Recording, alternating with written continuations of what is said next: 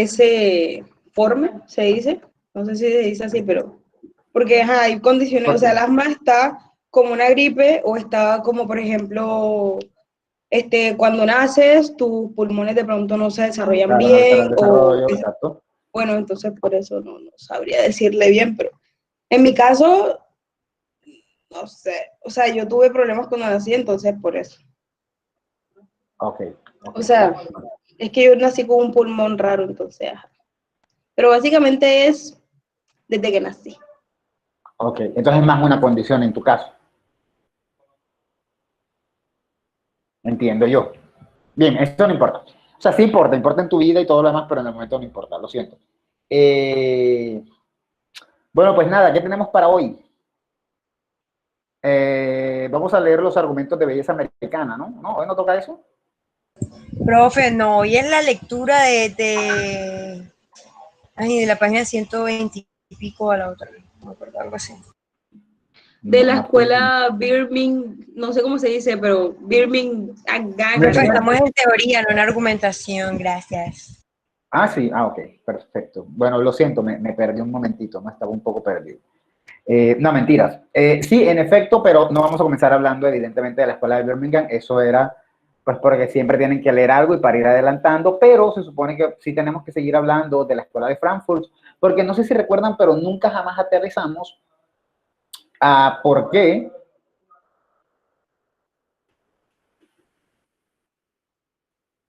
nunca jamás aterrizamos a por qué la escuela de Frankfurt la estábamos viendo en comunicación. De hecho, escasamente siento yo que alcanzamos a ver la mitad. Entonces sí los mandé a leer Birmingham, pero hoy vamos a terminar un poco mejor con la escuela de Frankfurt y al finalizar sería que abordemos un poco de Birmingham. ¿Está claro? La semana pasada les estuve comentando de les estuve comentando de lo que iba a ser el trabajo final, que dijimos que iba a ser algún tipo de noticiero. Ahí sí, eso sí de verdad no lo recuerdo. ¿En qué quedamos? ¿No quedamos en que me van a mandar los grupos o en qué quedamos ese día? Que yo sepa en nada, profe. Solo usted comentó. Ok, pero no definimos nada aún. No. Muy bien, listo. Pues nada, eso lo tocaríamos entonces lo posible al final de la clase para determinar a ver qué se va a hacer, si eso se va a hacer o si prefieren mejor hacer otra cosa menos complicada como un examen común. Bueno, dicho esto, vamos a comenzar con el día de hoy.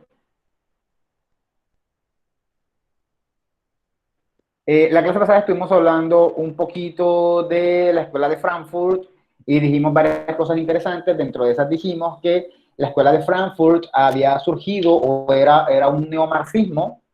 Si lo recordamos, es de corte neomarxista, que es que toma un poco las ideas de Marx, toma un poco las ideas de la izquierda anticapitalista, por decirlo de alguna manera, y también habíamos considerado que a pesar de que era neomarxista y de alguna manera se oponía al capitalismo, no significaba que fuera completamente marxista, sino que incluso cuestionaba y criticaba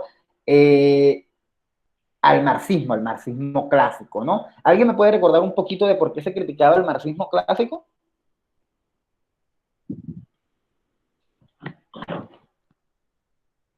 ¿Alguien tiene alguna idea de eso? ¿De por qué se criticaba el marxismo clásico? Había como dos razones para criticarlo, ¿no? Había como dos razones para criticarlo. Una tenía que ver con los gobiernos, qué era lo que pasaba. Había un problema en ese entonces con el proletariado, la sociedad capitalista. Exacto, sí, pero ellos criticaban el capitalismo desde ese punto de vista, consideraban que, bueno, habían ciertos problemas con el proletariado, todos los problemas que siempre ha tenido el capitalismo, los de, pues, el pueblo, los derechos, todo lo demás, pero mi duda es por qué criticaban el marxismo, por qué criticaban, por ejemplo, a Rusia, por qué criticaban el marxismo soviético, qué era lo que le veían mal al marxismo soviético.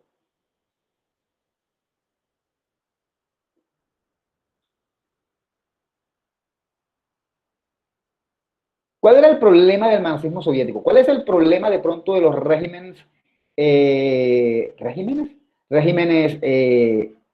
izquierdistas? ¿Cuál de pronto puede ser el problema principal de los regímenes izquierdistas? ¿Alguien tiene alguna idea?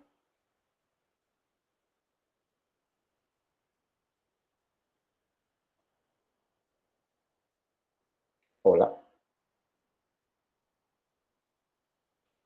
Bueno, vamos a tratar de verlo de otra manera. Sí, hay un problema de pobreza, eso es clarísimo.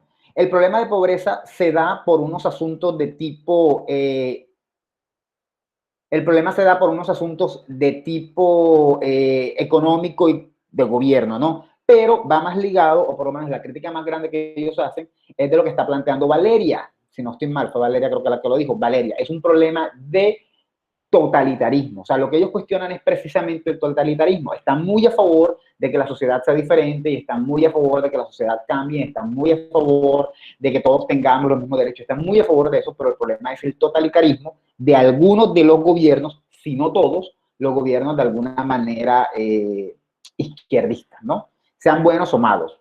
Bolivia mejoró muchísimo en los últimos 20 años, pero sin duda alguna ya había llegado el momento de que quizá Evo saliera del poder y le pudiera ceder el poder a otra persona.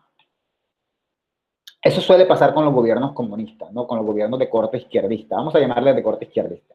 Esa era la primera crítica, de que los gobiernos generalmente son totalitaristas. Había una segunda crítica, que ellos decían que el marxismo clásico, como quien dice, había algo que no explicaba.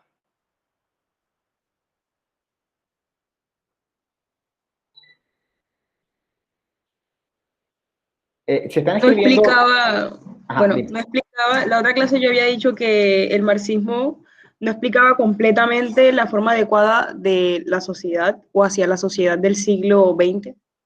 O eso Ajá, era lo perfecto. que... Por ahí va, pero ¿qué característica de la sociedad del siglo XX? ¿Qué aspecto de la sociedad del siglo XX? ¿Qué? Dijo, no le escuché. ¿Qué aspecto de la sociedad del siglo XX?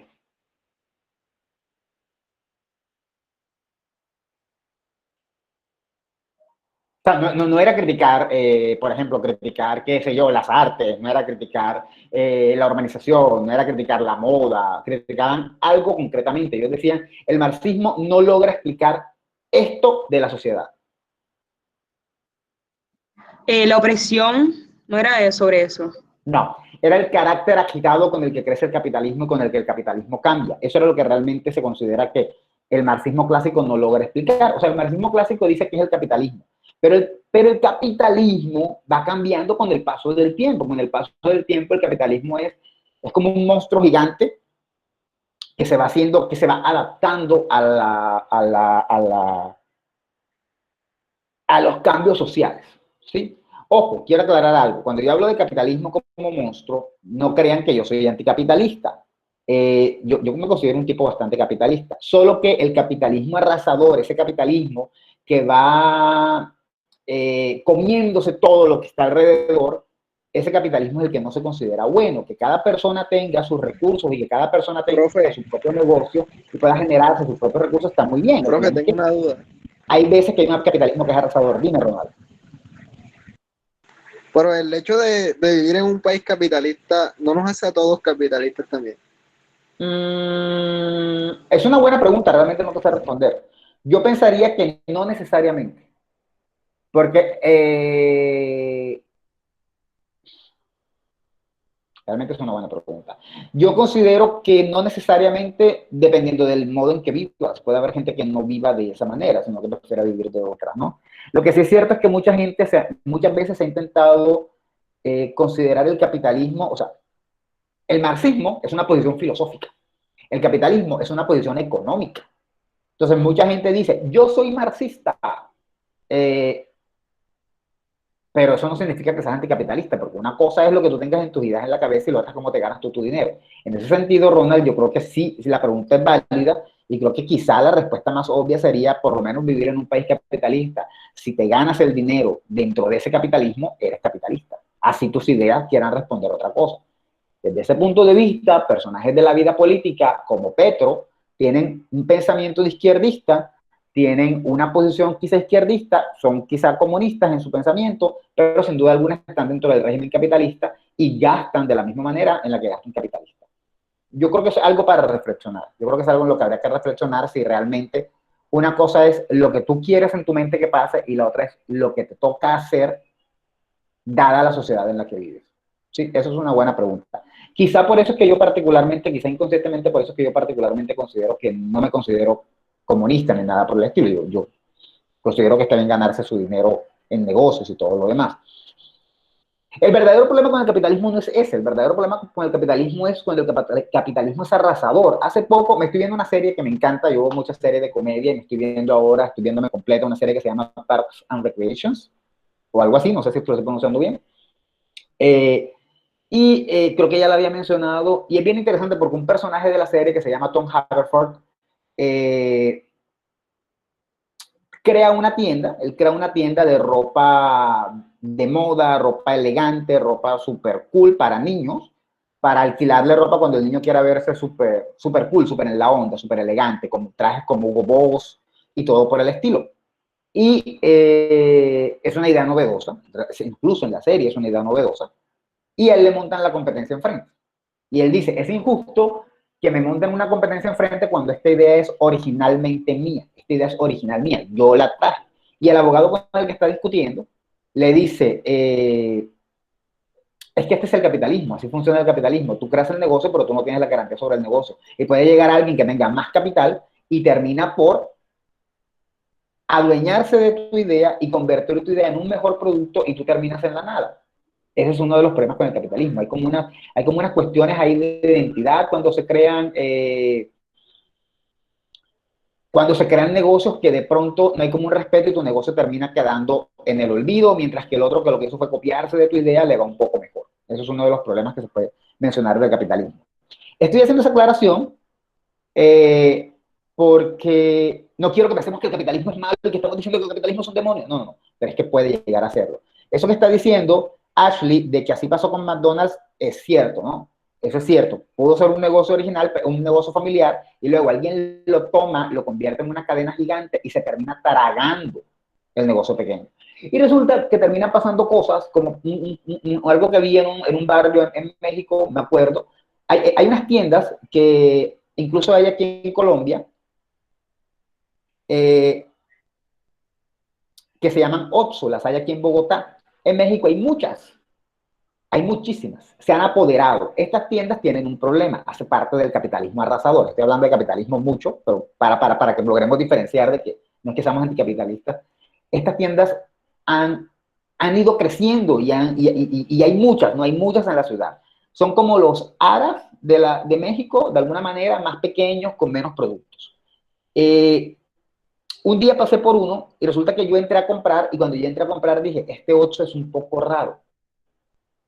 Este Oxxo no se ve tan Oxxo. Y luego compré, hice mi compra y cuando salí me di cuenta que no se llamaba Oxxo, se llamaba, Oxxo se escribe, lo voy a escribir en el chat, Oxxo se escribe así. Y este a donde yo entré se llama Oxxo. Tiene los mismos colores, tiene todo. Y resulta que de alguna manera una familia pequeña posiblemente se estaba aprovechando de la fama del Oxxo y le había puesto a su tienda un nombre muy parecido con colores muy similares. ¿Con qué fin? Posiblemente con el fin de vender más. Y tenía todo, la fachada era bastante igual, pero cuando tú entras te das cuenta que los productos que venden no son iguales que otras cosas. ¿Está mal o está bien lo que estaba haciendo esta familia? No lo sé. Eso hay que pensarlo. Cualquiera diría, profesor, está mal porque ellos estaban aprovechando de la imagen de un negocio grande para poder vender. Sí, eso es cierto, eso es verdad.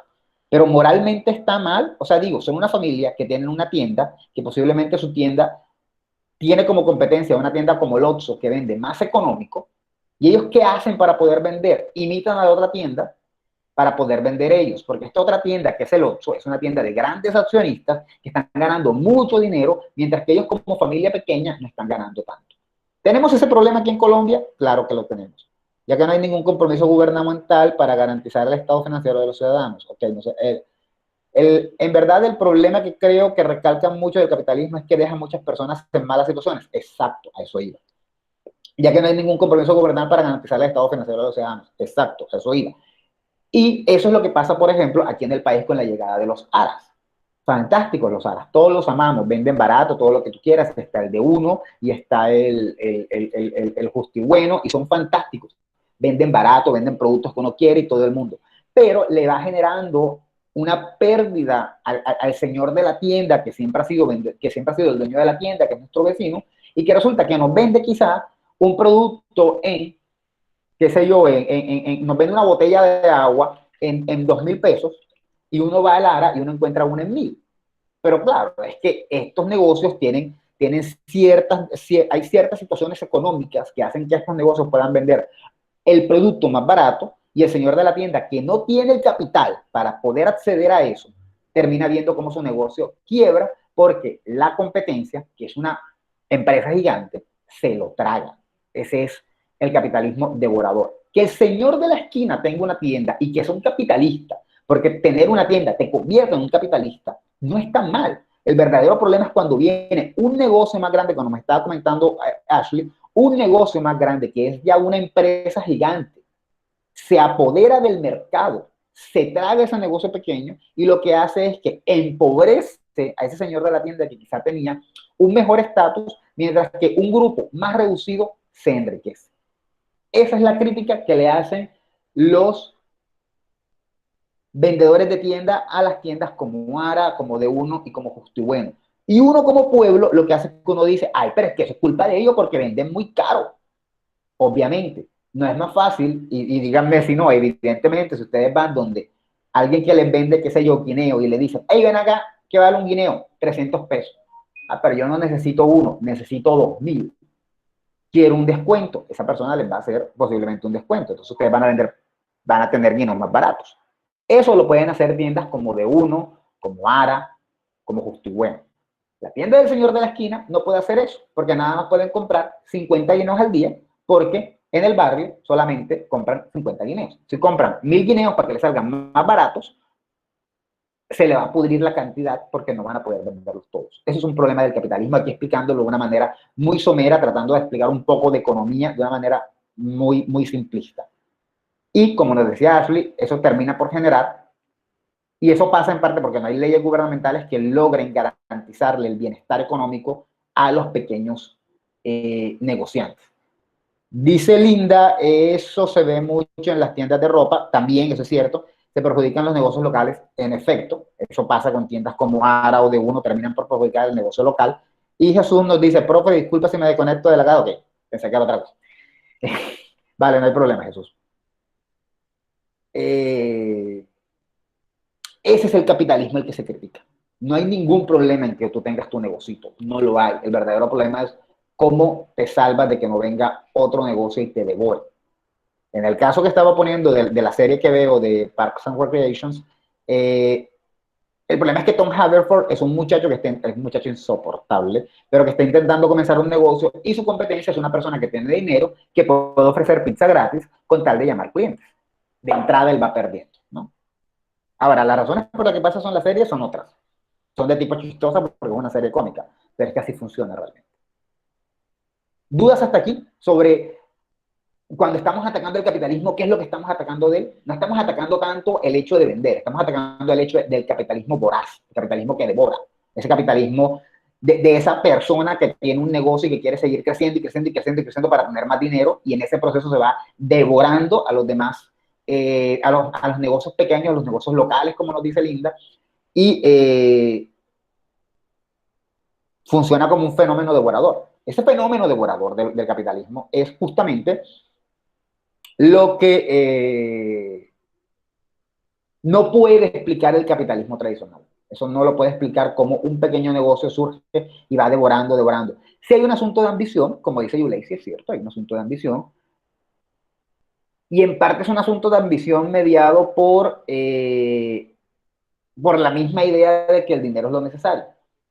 No hay problema, pero hay que garantizarle las cosas a los negocios pequeños, como nos decía Ashley, ¿no? Si a mí me dicen, el ARA está aquí el ARA está a 4 cuadras, si a 3 cuadras está el D1. Si a mí me dicen que el ARA me va a vender el producto al mismo precio que me lo va a vender el señor de la tienda de la esquina, ¿ustedes qué creen que pasaría? ¿Que yo preferiría ir a la tienda de la esquina o preferiría caminar las 4 cuadras hasta el ARA? ¿Qué sería lo más evidente si lo voy a encontrar al mismo precio? Lo más evidente sería que yo le comprara al señor de la esquina. Eso sería lo más evidente. De hecho, cuando voy a comprar bolsas de agua, yo prefiero ir donde el señor de la esquina que me la vende en 3.500 pesos, en 3.000 pesos, a ir a Lara donde la encuentro en 2.600. Son 400 pesos menos, pero yo digo, ay, por 400 pesos no voy a caminar 4 cuadras. O sea, discúlpame, pero no, la flojera me gana. Pero si mi compra me va a salir 10.000 pesos menos allá que acá, ahí se los camino. ¿Sí? Ese es el problema con el capitalismo. Claro, como dice Linda, la tienda porque está más cerca, definitivamente. Y si la tienda te va a cobrar 100 o 200 pesos más, tú vas a la tienda. El verdadero problema está cuando tú vas a hacer la compra grande y te sale más barato ir a Lara. Mucho más barato ir a Lara. No creo que haya mayores dudas hasta aquí. Si hay dudas, me dicen. ¿Dudas?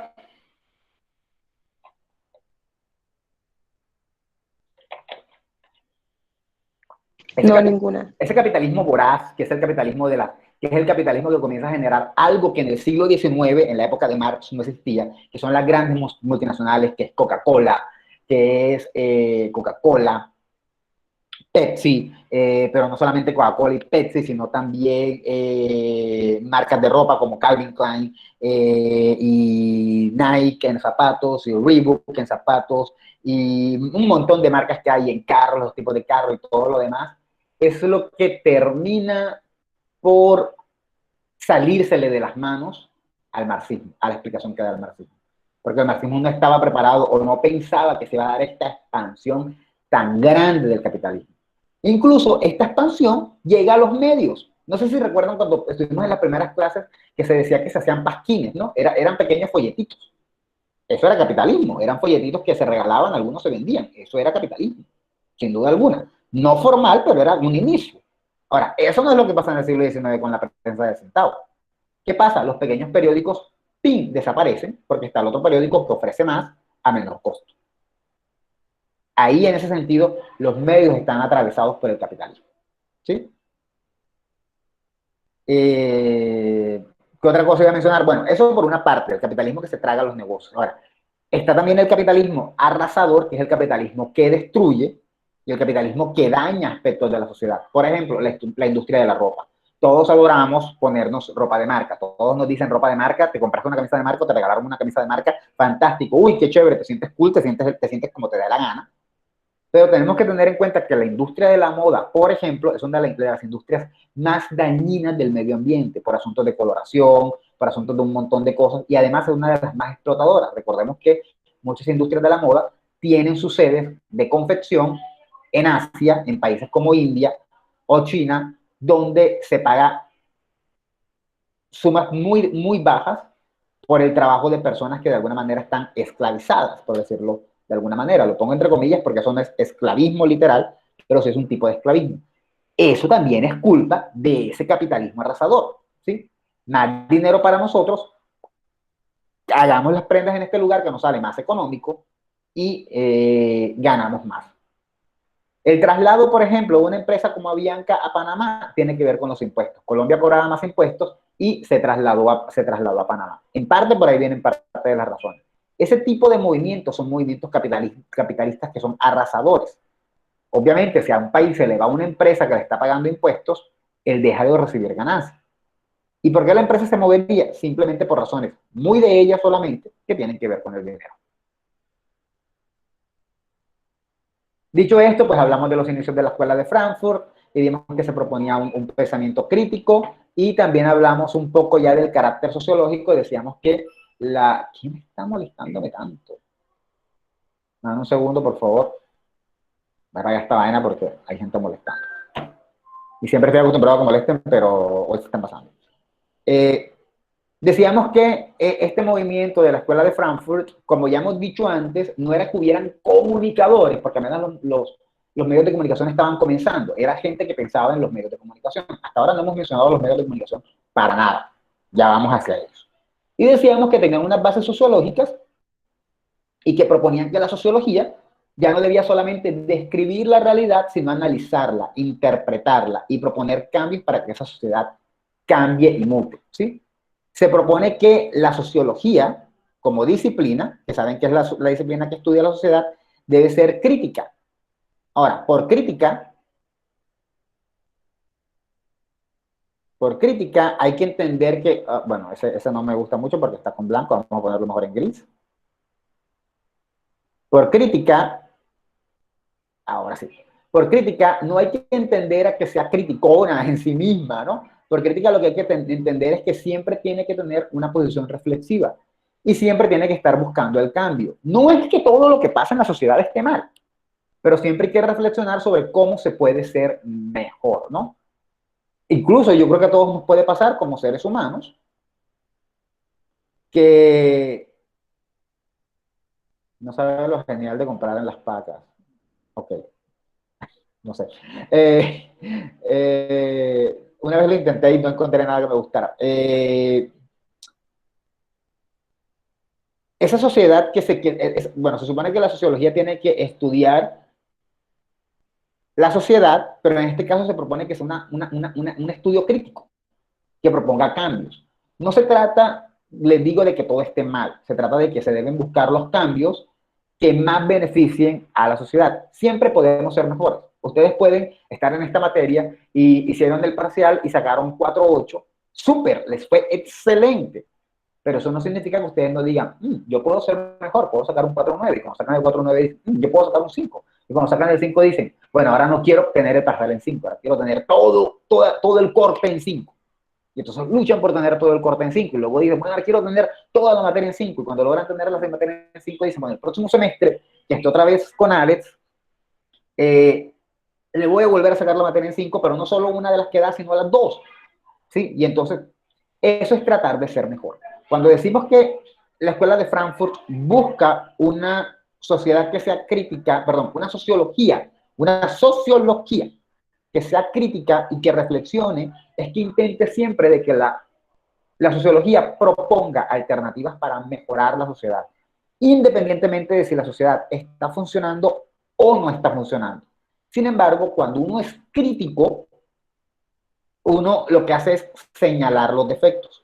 Y eso no está mal, porque cuando uno señala los defectos es cuando hay que criticar. A la gente, voy a poner un ejemplo, cuando yo reviso un trabajo, generalmente los trabajos buenos tienen pocas observaciones y los trabajos con fallas, les señalo las fallas.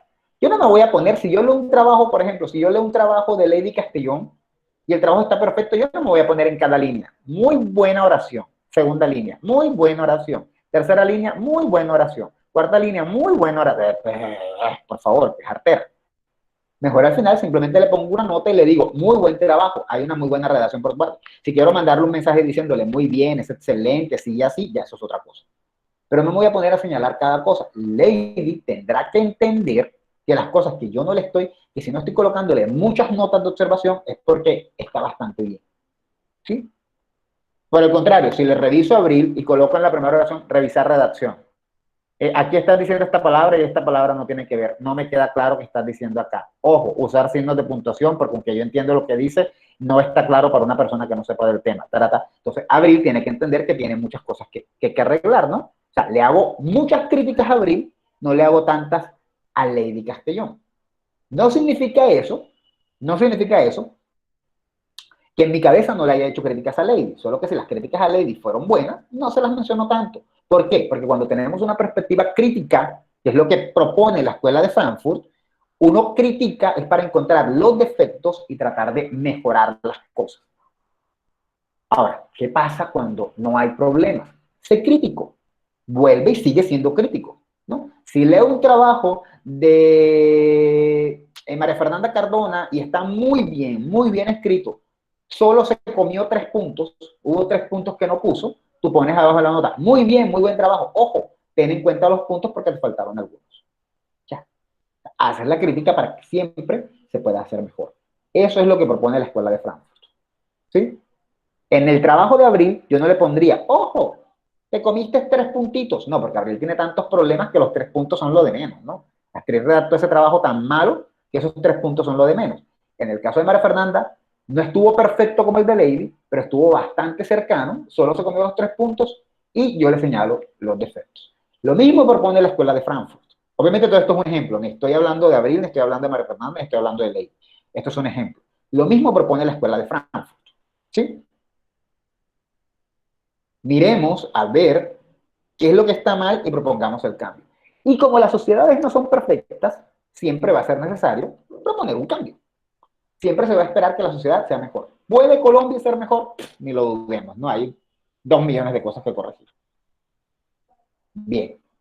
Eso es lo que se propone y esa es la sociología que propone la Escuela de Frankfurt. Una sociología que analice, que critique, que piense y que proponga cambios para hacer mejor la sociedad. No solo describir qué está pasando como los de la masa. Ay, esto es la masa hace esto, esto. La masa no se deja dominar, la masa no piensa, la masa le meten la aguja hipodérmica para que vean la televisión. No, eso no. Ahora lo que hay que hacer es proponer cosas para que la masa deje de ser masa, por ejemplo, entre comillas. ¿Sí? ¿Dudas?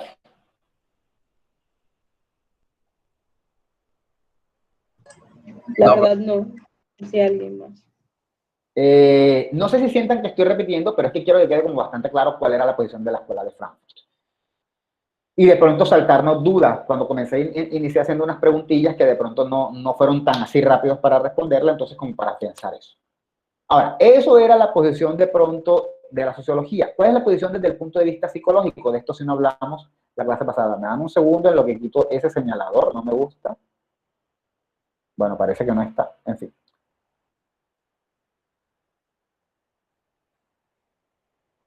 ¿Cuál es la posición de la psicología? O sea, ¿o qué se espera que busque la psicología? Bueno, fácil. Si el marxismo ponía en el tapete la discusión de la alineación que sufría el proletariado dentro de las sociedades capitalistas, el psicoanálisis también reprochaba la función opresiva de la sociedad sobre los impulsos del individuo. Ahora voy a decir eso. De esta manera, el psicoanálisis y el marxismo se articulaban bien en su dimensión crítica, tal y como captaran correctamente a los frankfurtianos. ¿Qué dije? Ya, eso voy. ¿Alguien dijo algo? Me parece que alguien mandó un mensaje. La teoría frankfurtiana son la reflexividad del pensamiento y su dimensión crítica. No hablemos de teoría frankfurtiana, hablemos de la escuela frankfurtiana. Ojo, acuérdate que pueden haber varias teorías dentro de la escuela. Y sí, la escuela frankfurtiana lo que propone es la reflexividad y el pensamiento crítico. Bueno, la reflexividad del pensamiento y su dimensión crítica, como tú lo estás diciendo, Esteban. Muy bien.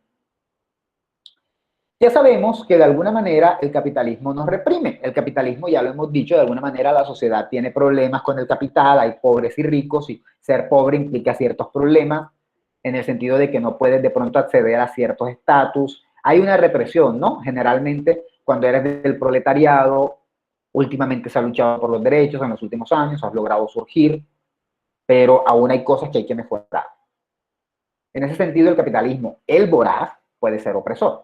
El señor de la tienda que tiene un trabajador y que le da el almuerzo al muchacho y le da sus permisos y cuando el muchacho tiene una cita lo deja entrar tarde y le paga de forma justa, ese señor no es voraz, no tiene un capitalismo opresivo. Pero las empresas se suelen tener. ¿Quieren un ejemplo de capitalismo opresivo? Y si alguien trabaja en uno de estos lugares o si alguien conoce a los dueños de estos lugares o es dueño de estos lugares, lo siento por él, el capitalismo de ARA. El proletariado de ARA y el proletariado de estas tiendas es terrible. O sea, al empleado le toca barrer, le toca atender la caja, le toca atenderte a ti, le toca surtir, le toca hacer un montón de cosas que yo a veces entiendo que uno va a la caja y los ve con mala cara porque no sonríen, pero obviamente están hartos. Porque se llenó la fila, corre y deja lo que estás haciendo para que vayas y atendas la fila.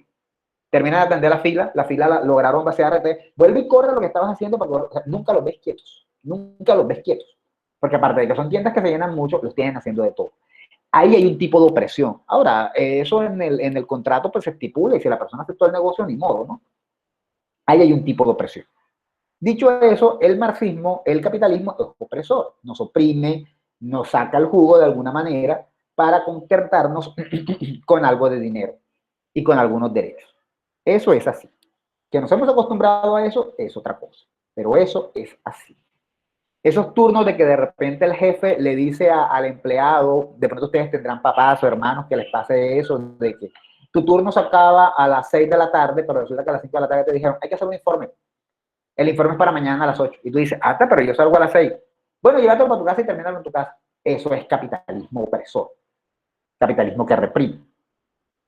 Con los médicos es terrible porque entonces los médicos tienen el problema de que en algunos lugares salen de turno, por ejemplo, a las 7 de la mañana, pero si el médico de reemplazo no ha llegado, les toca quedarse esperando hasta que el otro llegue porque no pueden dejar el turno solo.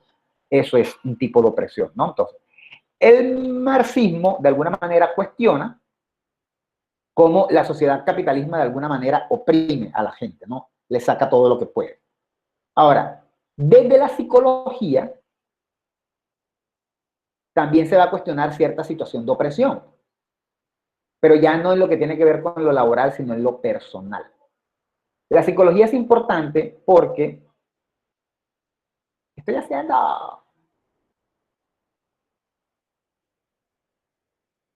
La psicología es importante porque pone en el tapete o nos viene a mostrar o viene a llamarnos la atención sobre cómo el individuo, la persona de alrededor, nos controla. Y aquí no estamos hablando del jefe que te dice quédate hasta tarde o hazme el trabajo hasta tarde. Acá estamos hablando de cómo tu vecino te dice, oye, esta es la tercera vez en la semana que te veo con esa camisa. O como el de al lado te dice, oye, ya vi que cambiaste de novia. Tú sí cambias de novia, pero es culo mujeriego. O como el de al lado o como el de enfrente te dice que será como, oye, te quedaste sin trabajo, ya digo que llevas una semana en la casa y tú tuviste vacaciones hace 2 meses. Te echaron, ¿qué? Para el COVID. ¿Sí? Parece mentira, parece una tontería, pero estas son como unas reglas sociales que se van imponiendo. Si eres un muchacho y tienes 30 años y estás en tu casa todo el día y no trabajas, eres mal visto. Si tienes una novia y la cambiaste al mes siguiente y has cambiado 3, bueno, sí, de pronto eres un perro, pero igual eso está mal visto, ¿no? Si haces X cosa, si te ven que te acabas de levantar a las 11 de la mañana, eso está mal visto. Yo particularmente lo uso porque yo me levanto como a las 11 de la mañana, pero bueno, me acuesto a las 4, ¿no? Pero entonces, si alguien me ve y me escucha que me levantaste a las 11, es como, tú si te levantas tarde, tú si eres flojo, tú te acostas a las 10, yo me acuesto a las 4.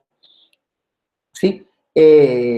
Dicho eso, la sociedad nos impone unos parámetros y hemos sido víctimas de ellos durante mucho tiempo.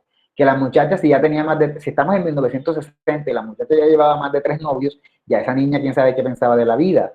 Que si el muchacho tenía tal edad y todavía no había comenzado a trabajar, quién sabe ese muchacho qué querría de la vida, ¿no? Esas ideas que la sociedad nos impone también ayudan a controlar. Y la psicología en la escuela de Frankfurt de alguna manera lo que intenta poner en tela de juicio es eso.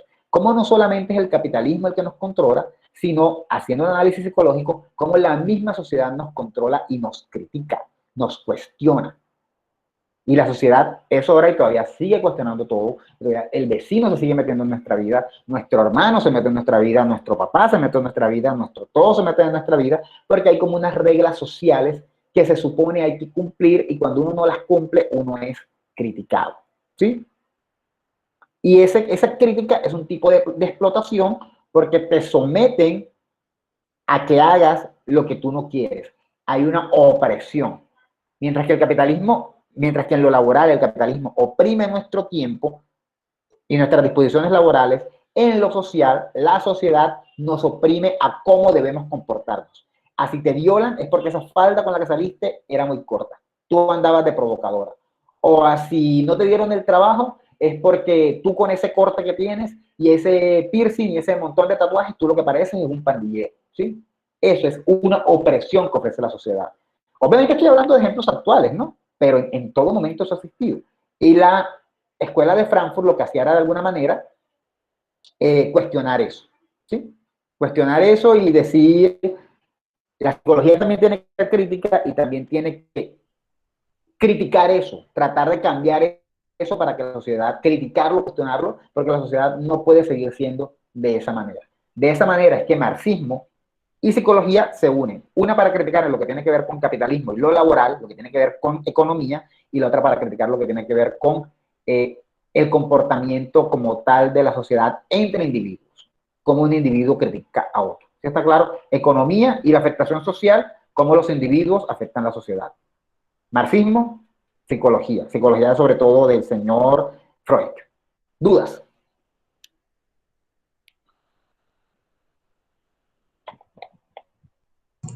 Ninguna, profe. Si lo piensan bien, las ideas de la escuela de Frankfurt ¿son malas o son buenas? O mejor, hago la pregunta siguiente. ¿Deberían estar vigentes o son ideas definitivamente pasadas de moda? Creo que todavía deberían estar vigentes, puesto que son unas ideas de tipo, o sea, de transformación social. Entonces, se siguen viendo esos problemas y entonces necesitamos más ideas como esas para seguir transformando. Obviamente, como todas las ideas del pasado, tiene sus defectos porque se queda en un punto que quizá le queda faltando un poquito de terreno, pero sí, son ideas de emancipación. Por eso se habla de que es una corriente emancipadora, ¿no? Se busca la emancipación, que el pueblo de alguna manera se libere. Linda nos dice que no ven más allá, no sé. O sea, tienen ya como determinación de que eso es bueno o malo. Sí, ok, en efecto. Y lo diferente siempre será criticado. Claro, eso es lo que suele pasar con la sociedad. Y eso es lo que la Escuela de Frankfurt dice, que la psicología debe atacar eso. De que eso de que sea bueno o malo ya no debe ser así, sino que hay que ver más allá y tratar de liberar al individuo de esa opresión social, de esas ideas preconcebidas, que por cierto son culturales. Las ideas que hay aquí en la costa no van a ser las ideas que hay en otras ciudades. En otras ciudades son más liberales, en otras son más conservadoras.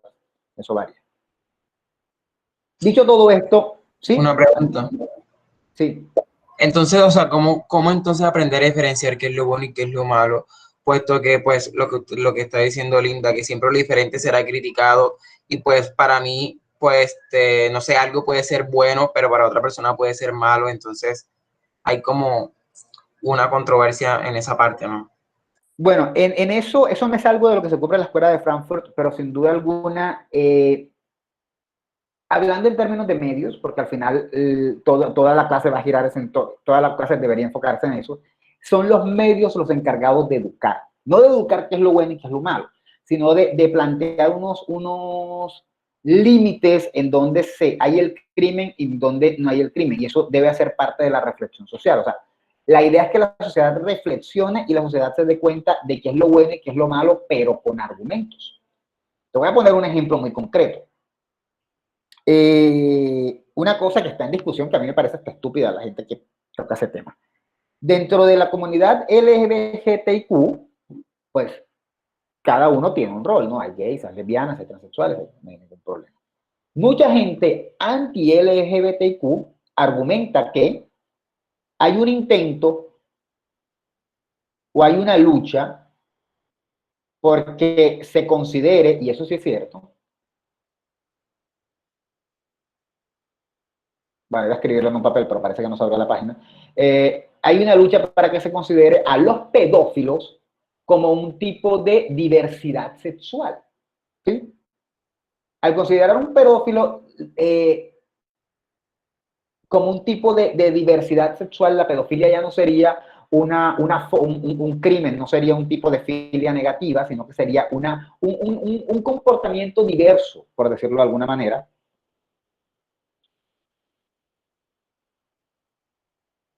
Esto es talento.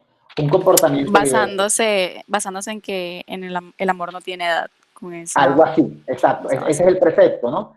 Bueno, entre otras cosas, porque es que el amor no tiene edad, pero sí hay ciertas edades más manipulables que otras. Eso es lo otro que hay que considerar, por una parte. Y por el otro lado, que bueno, ¿qué estamos entendiendo por pedofilia? El hombre de 40 que tiene un romance con una niña de 14 y ella está de acuerdo, o estamos hablando del hombre que viola. Ahí tenemos un problema serio.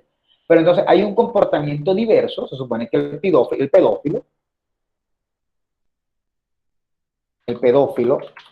tiene un comportamiento diverso. Nos podemos basar en que es amor, el amor no tiene edad, y la situación sería súper simple, ¿no? Si a un hombre le gusta otro hombre, porque a un señor de 40,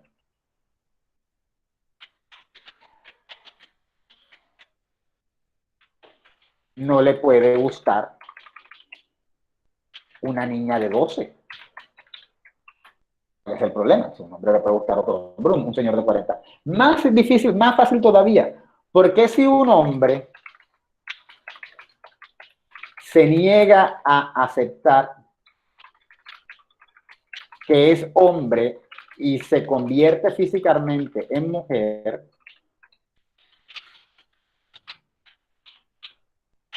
porque un señor de 40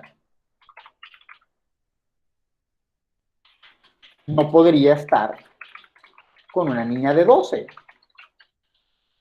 Incluso en este caso ninguno se está convirtiendo de género ni nada. O sea, esto de que una persona pase de hombre a mujer, es más complicado que un señor de 40 tenga una relación con una niña de 12. Pues fíjate que no, estás equivocado. O sea, porque es que cuando estamos hablando de un señor de 40 que se enamora de una niña de 12, ahí hay procesos de manipulación, hace falta un crecimiento de parte de la niña. Hay un montón de aspectos y hay un montón de cosas que te convierten a ti en un pervertido. Así que no es lo mismo y no te compares porque no es así. ¿Sí? Entonces, ¿qué pasa? ¿A dónde quiero llegar con este caso? Es precisamente ahí donde tenemos que regular, ¿no? Donde de alguna manera los medios tienen que entrar a regular, a decirle a la gente, esto sí, esto no. ¿Por qué? Porque esto tiene unas implicaciones y eso tiene que ver en parte con la argumentación. Pura excusa para hacer... No, profe, es que yo mencioné lo de zoofilia, que es algo que también Ah, ok. sacan la misma cosa, entonces por eso estoy diciendo eso. Sí, exacto, pero lo que tú dices, eso que acabas de decir abajo, de pura excusa para que la gente quede como enferma, en vez de como gente normal, terrible la diferencia. Bueno, no sé, no entendí muy bien, tendría que mirar a ver qué estás diciendo arriba. Pero básicamente lo que hay que entender, por ejemplo, con el caso de la pedofilia, con la zoofilia yo tengo mis ideas, porque yo creo que mientras tú no... Bueno, es que la zoofilia realmente afecta a los animales, no sé. La zoofilia dejémosla de lado. Pero en el caso de la pedofilia, el verdadero problema es esto. Cualquiera diría, si no vamos a juzgar a todos, no podemos juzgar al señor de 40 que se enamora de la de 12. ¿Para qué lo vamos a juzgar? No lo juzguemos. Bueno, es que hay unas cosas que pueden ser unos issues que están mal. Y peor todavía, si el señor de 40 se enamora de lo de 12 y aparte de eso, la coge y la enamora, oye, hay un tipo de abuso, hay un tipo de presión de parte de él, aunque no lo noten. No sé si tienen claro de lo que estoy hablando, ¿no? Hay unos casos en los que definitivamente criticar a un hombre porque se enamora de otro hombre no creo que esté bien, o una mujer porque se enamora de otra mujer no creo que esté bien, creo que eso debería ser aceptado si estamos hablando de adultos, pero no es lo mismo que un señor de 40 enamora a una niña de 12. Y eso no tiene que ver con que sea mi opinión, es que realmente hay unas condiciones sociales de crecimiento intelectual que no permiten que esa niña esté pensando con la cabeza fría. Punto. Eso es psicológico y es un hecho. Eso no tiene discusión. Exacto, o sea, le causaría un daño psicológico masivo a la niña en realidad, desde todo punto de vista. No puede Claro, salir nada bueno de ahí. Claro, hay un proceso de manipulación y un proceso de un montón de cosas. Definitivamente no va a salir nada bueno de ahí, como bien lo dice, ¿no? Eso es diferente. Ahora, si una persona adulta, si una mujer de 30 se enamora de otra de 30, tienen una relación y luego la otra sale diciendo, ay, yo estaba confundida, eso es un problema ya tuyo personal que quizás no lo asumiste con madurez. Pero a esa persona de 30 sí se le puede decir, es que tú actuaste como inmadura. Pero es que a la niña de 12 no se le puede juzgar, porque es que tiene 12 años, ¿sí? Por ponernos en sintonía. Ya creo que he hablado un montón de cosas, Y no he terminado. No es para nada igual. Una niña de 12 ni siquiera tiene la capacidad de identificar lo que está sucediendo. Exacto. Y el otro día me dio un caso de séptimo día de una niña de 14 que se acostó con el novio y realmente fue que el tipo la tiró en la cama, ella se sintió cohibida, el novio tenía como 25 y cuando se dio cuenta estaba siendo penetrada y estaba sufriendo, pero no tenía la entereza de carácter para enfrentarse a esa situación que ella no quería. Sí le gustaba el tipo, pero ella no sabía lo que se venía. ¿Sí? Fue violación entonces. Eso fue una violación, claro. Pero el tipo alegó que ella se había dejado y que había gustado, ella no denunció y cuando intentaron poner la demanda ya era tarde justamente porque no se hizo en el momento que era, bla, bla, bla, asuntos legales que al final terminan dañándole la vida a la chamaca. Y profe, sí, quería decir como que las personas que suelen decir ese tipo de cosas, como, ay, entonces si vamos a apoyar a las personas LGBTQ, entonces también los pedófilos, ¿por qué no les damos derechos? No son personas que de verdad quieren derechos para nadie, sino que son personas que quieren como ensuciar el nombre de la comunidad. De la comunidad, exacto, tienes toda la razón. Eso es lo que intentan. Eso yo nunca jamás le he escuchado a una persona de LGBTQ decir algo como eso, como, ay, también debemos darle derechos, jamás. Eso lo dicen las personas que están en contra de la comunidad. Tienes toda la razón, Azul. Bueno, seguimos. A todo esto, por favor, díganme qué sigue, si no me voy a saltar lo que sigue, pero si no, no vamos a acabar el tema.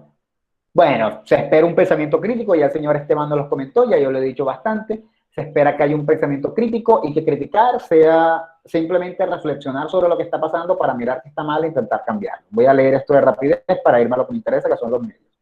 El pensamiento debe surgir a partir de las contradicciones de la realidad, de todo aquello que nos hace reflexionar sobre posibilidades de una sociedad distinta. Como contradicciones, bueno, cosas que están mal, cosas que no nos hacen funcionar como sociedad. Pensamos, analizamos qué está mal en la sociedad, qué contradice, las sociedades deberían velar por el bienestar de la gente, qué contradice ese bienestar, y de ahí pensamos en las posibilidades de cambio. Si consideramos que el capitalismo está atentando con nuestras condiciones sociales, nuestras condiciones de humanos, intentamos generar cambios. Por eso es que cuando se trabajaban 16 horas laborales a principios del siglo XX, eso terminó cambiando. Hubo luchas de parte del proletariado para conseguir que se pagaran horas extras, que se redujera la jornada laboral, que se hicieran un montón de cosas. Eso hace parte de las posibilidades de una sociedad distinta, ¿no? O sea, intentar concebir la sociedad de una manera diferente. Aquello que contradice, es decir, es imposible que una persona tenga que trabajar 16 horas, hay que cambiarlo. Y se crean condiciones laborales más óptimas. Eso es más o menos a lo que se está refiriendo eso de tener un pensamiento crítico. Aquello que nos cuestiona y nos hace sentir mal, hay que cambiar. Eso se ha hecho, hay cambios que se han hecho con el capitalismo, hay que seguir. Para que no haya acumulación de dinero, porque eso es lo que genera el capitalismo voraz. En el sentido de no negar la realidad, eso no nos importa mucho, sino de tratar de cambiar lo que hay. Sí, básicamente esa es la idea. Cambiar lo que hay. No vamos a negar lo que está pasando, lo que vamos a hacer es reflexionar sobre lo que está pasando para determinar lo que hay. Y pensar en que hay otras sociedades posibles.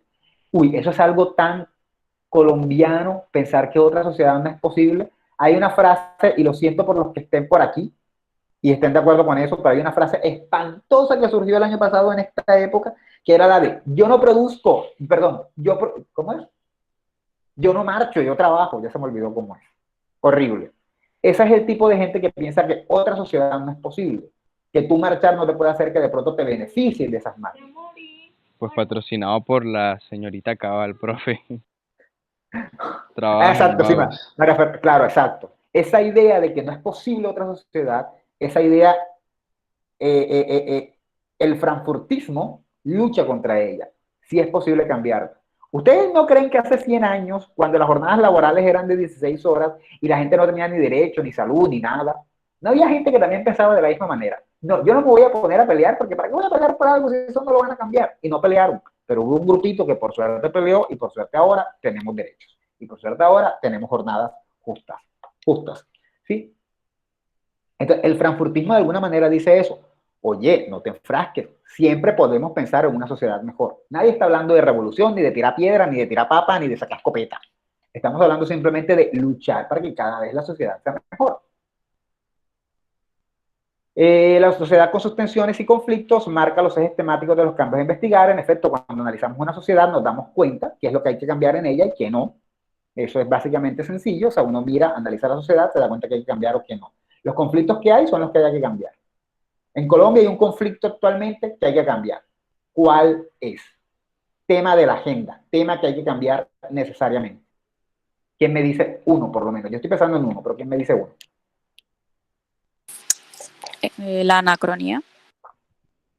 Mucha gente que no, porque hay mucha gente que no quiere, o sea, exactamente no quiere mejorar porque se quedan ceñidos en pensamientos pasados y no, o sea, no se actualizan, no quieren aprender nada nuevo y se quedan simplemente con lo que aprendieron de pequeños, por ejemplo.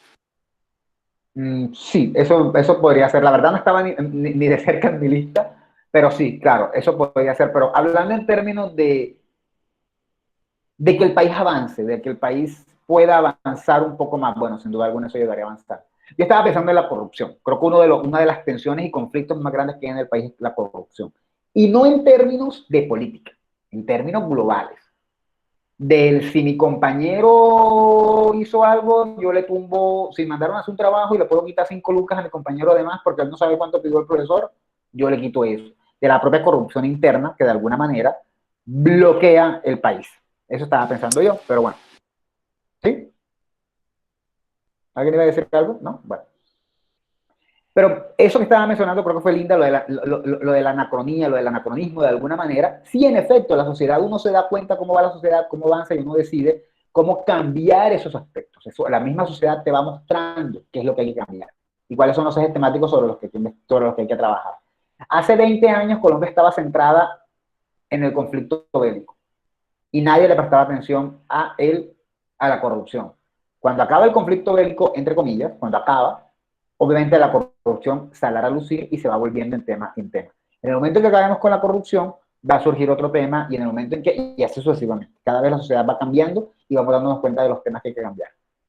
Y bueno, la clave es visualizar aquello que se reprime, es decir, la clave está en mostrar qué es lo que está mal, qué es lo que no se deja ver, qué es lo que oprime a la sociedad y tratar de cambiarlo. Dicho todo esto, nos vamos y voy a tratar de, bueno, son 4. Y voy a tratar de ir muy rápido de aquí, después de toda esta lectura de la sociedad, ¿cuál es la función de los medios? ¿Qué es lo que pasa con los medios? O sea, esto es clase de teoría de la comunicación, ya hablamos un montón de la sociedad, pero ¿y los medios qué? Bueno, adivinen quién tiene parte de la función de hacer esos cambios, de ser crítico y de todo ese tipo de cosas. ¿Quiénes son los indicados? Y aquí yo les pregunto algo bien interesante. Yo revisé uno de los párrafos de argumentación. Bueno, no es una pregunta, es un comentario que voy a hacer. Uno de los párrafos que puse en la actividad de argumentación y mucha gente dijo cosas como: es importante conocer la teoría porque solo con la teoría te vas a la práctica. Pero quiero que tengamos claro algo. Yo evalué los párrafos desde el punto de vista argumentativo. Yo no me puse a pensar si lo que estaban diciendo. Pero quiero que, ahora sí, analizando lo que estaban diciendo, quiero que pensemos en algo. Clases como esta, o clases como Sociología de la Comunicación, que no sé quién la da, creo que la da Lucy, la verdad no tengo idea, no son tanto para que uno aprenda teoría para producir medios, sino para cómo actuar frente a los medios, no qué voy a hacer frente al medio. Y que ustedes adquieran ciertas responsabilidades con los medios. Si ustedes los contratan para que utilicen una cámara en una producción, de pronto no puedan hacer mucho. Pero si ustedes son los productores y al finalizar, ustedes dicen, quiero hacer un documental, ustedes reflexionen sobre qué documental quieren hacer. Si quieren un documental que relate cómo se hace el pan, o si quieren un documental que quizá cuestione temas sociales a fin de cumplir su labor como medio de educar. Porque dentro de todos los medios tienen una función, deberían tener una función educativa, tal y como nos lo decía el señor Schramm en la teoría difusionista. No es solamente tomar la cámara y producir, es también que como realizador audiovisual mires la forma en la que tus trabajos puedan ayudar al cambio. Ahora, tampoco se trata de que tú vengas a hacer aquí un trabajo investigativo sobre la corrupción en Colombia en los últimos 50 años. No, trabajos pequeños, pero que de repente muestren, instruyan. Mostrar un pueblo abandonado, como un pueblo de pronto ha sido abandonado y el gobierno no llega y no está pavimentado, es un tipo de pelea. No hay que encasillarse en las grandes tareas de mostrar, no, pero se puede hacer eso. Ahora, no estoy diciendo que hacer un documental de cómo se hace el pan sea malo. Lo que estoy diciendo es que sí quisiera que tuvieran muy claro que su función como comunicadores no está solamente en tomar una cámara y tomar una foto, sino también pensar cómo desde los medios de comunicación podemos ayudar a cambiar la sociedad. Quizá no en su trabajo de grado, pero sí cuando tengan la oportunidad. Esa es la función de muchos documentales. Y muchos de los documentales más importantes lo que han hecho es justamente cuestionar la sociedad o mostrarnos grandes sociedades, ¿no? Creo que Bowling for Columbia, no me acuerdo cómo se llama bien ese documental de Michael Moore, hace una crítica a los Estados Unidos, igual Fahrenheit. Son documentales que de alguna manera están pensados de esa manera, ¿no? De cómo reflexiono yo sobre la sociedad. Películas de diferente tipo, de diferente época, están enfocadas en eso. Una película como la del pescado, ¿cómo se llama la madre película del pescado que odio? ¿Alguien recuerda cómo se llama la película de un tipo que es como medio pescado, que se ganó el Oscar hace como 2 años y que yo particularmente detesto? Aquaman. No, Aquaman. No es la forma de los la forma del agua, la forma del agua, Sí, la forma del agua. para la forma del agua. Yo la odio. Pero más allá de que yo la odie, ¿Por qué, profe? no sé, se me hizo como cursi y un montón de demasiado novelesca. Pero más allá de eso, o sea, siento que es como muy el bueno y el malo, el villano y el bueno. Pero más allá de eso, es una película que nos pone a reflexionar sobre las diferencias. Cómo ser diferente no debería tener mucha relevancia. Entonces, son producciones que de alguna manera critican a la sociedad o cuestionan a la sociedad. Moonlight, la que se ganó el Oscar un año antes que esa es una joya fantástica, también es una crítica social, ¿no? Y ese tipo de cosas, pues hay que mirarlas. Yo no sé qué tan enterados están ustedes de premios y de Oscar, pero por ejemplo, en el año en que Moonlight le ganó a La La Land, mucha gente se enojó. Pero si uno mira La La Land como la película romántica, musical, de dos muchachos que se enamoran y que al final terminan separados, y las compara con Moonlight, donde sale un chico afrodescendiente, LGBTI, que sufre de bullying, ¿cuál será más puntual para la sociedad? Bueno, sin duda alguna la del afrodescendiente que sufre de bullying. Eso no hay mayor inconveniente discutirlo, ¿no? Entonces, eso es lo que digo, como comunicadores audiovisuales, todo esto de la teoría es importante porque tienen que entender cómo los medios sirven para educar y ustedes cumplen una función con esos medios. Novelas como Betty la Fea fueron icónicas en el 2000 y de alguna manera nos enseñaron que, no sé, la verdad no sé qué enseñó Betty, pero vamos a decir que enseñó que ser feo, que no siempre tienes que ser el más bonito para ser una persona capaz, muy chévere, pero si uno las ve ahora con un ojo crítico, uno tiene que mirar que en Betty hay machismo al 100%, pero una cosa bárbara y loca, y hay estereotipos horribles en Betty, desde la peliteñida, que es un estereotipo, que cualquiera diría, ay, bueno, los que hayan visto Betty el año pasado, o los que las estén viendo la peliteñida, decir, ay, sí, me gusta porque ya no están mostrando a la rubia bonita como a la más inteligente. Es cierto, pero estás trayéndote el estereotipo de que las rubias son brutas. Algo que en los Estados Unidos es algo súper común pensar, y en lo que se ha ido el cliché, exacto, es un cliché. O estás trayéndote a Hugo Lombardi, que es el propio gay, que es súper insoportable y que es súper afeminado y un montón de cosas, otro cliché. Te estás trayendo a la fea, pero que es inteligente, porque es que los inteligentes son feos. Otro cliché. Los dos más inteligentes de la novela son feos. Otro cliché. Te estás trayendo todo este montón de clichés, que son clichés, ¿no? O sea, que de pronto en un momento dado la novela pudo mostrarnos algo diferente, algo que quizá un poco más educativo, pero siempre hay que reflexionar sobre los medios, porque los medios tienen la labor social de educar y nunca para. Se va educando según va cambiando la sociedad cambia, muta. Por eso es que estas teorías, por eso es que la escuela de Frankfurt tiene ideas buenas, pero ya no se sigue tanto, porque obviamente ella respondió a un momento dado y ahora no solamente es pensar en esta forma de los medios, en esta forma de la sociedad, sino cómo la sociedad ha ido cambiando y cómo ha ido mutando. Obviamente cuando en la escuela de Frankfurt se habla de medios de comunicación, y estamos hablando de los años 30 y 40, se hablaba de radio, cine, ni siquiera se hablaba de televisión porque no existía. Las teorías de la comunicación actual, que no las alcanzamos a ver porque un semestre no es suficiente, ya deben velar por otro tipo de medios donde ya entran las redes y lo que deberá venir después, que es cuando ya viene el papel del influencer, cuál es el papel del influencer y todo lo demás que mucha gente cuestiona y que alguien puso en un argumento de los de retórica diciendo que los influencers no eran influencers y desde la perspectiva en la que lo está viendo, pues tiene razón. Bien, ahora sí, después de toda esta pequeña reflexión, que no sé si sea útil o no, vamos a hablar de cuál es el papel de los medios dentro de la escuela de Frankfurt. Entonces, desde sus inicios y gracias a la persecución, los miembros de la escuela tuvieron que exiliarse y se frustraron sus planes de cambio. La razón, esto pasó en Alemania. La escuela de Frankfurt es alemana. Y como nosotros vimos cuando vimos la teoría de la aguja hipodérmica, ¿qué hacían con los medios de comunicación en Alemania?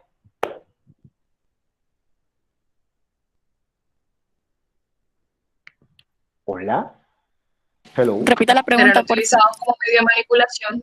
Muy bien, eran utilizados como medio de manipulación. Repito la pregunta porque me pidió que la repitiera. Como vimos cuando hablamos de la aguja hipodérmica, ¿qué se hacía con los medios de comunicación en la Alemania nazi? Eran utilizados como medios de manipular. Eran utilizados como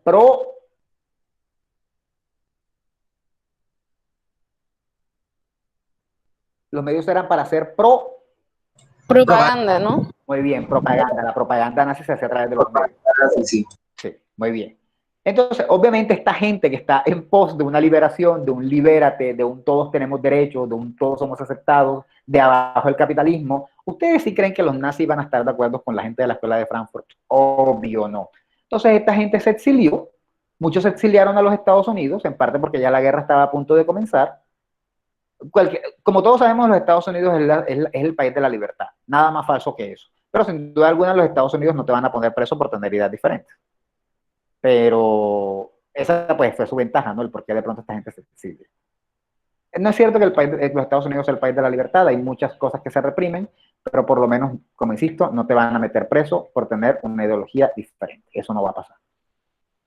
Entonces, dentro de estos pensadores, Horkheimer y Adorno observan la vertiginosa expansión de los medios masivos de comunicación.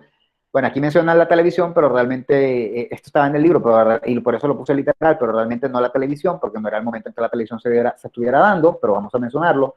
La televisión, el cine, la prensa, la publicidad. Estos medios de comunicación se expanden ampliamente. Eso lo notaron ellos, no la televisión, pero sí los demás, y eso pasa todavía.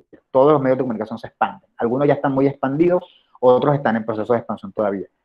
Y hay un conjunto de aparatos difusores que los promueven. Entonces, ellos notan primero que hay una expansión de los medios de comunicación. Y los medios de comunicación conforman las identidades de las sociedades. Son industrias cuya producción es la de artefactos culturales de acuerdo a criterios de rendimiento. Estoy haciendo un desastre. Es que no sé cómo quitar este lapicito. Los medios de comunicación conforman las identidades. Dios mío. Cuando alguien les pregunte, ¿qué profesor tienen ustedes que es tonto? Bueno, Alex Ortega, que se pone a hacer clics y luego le salen cosas que no deberían. Pero lo logré quitar el lapicito. ¿Cómo no tengo la pinche idea? Los medios de comunicación conforman las identidades de las sociedades. Son industrias cuya producción es la de artefactos culturales de acuerdo a criterios de rendimiento, de estandarización y división del trabajo iguales a los que se usan en el conjunto del modo de producción capitalista. ¿What? ¿Qué? ¿Qué quiere decir todo eso? Los medios masivos de comunicación conforman las identidades de las sociedades. Identidades de las sociedades.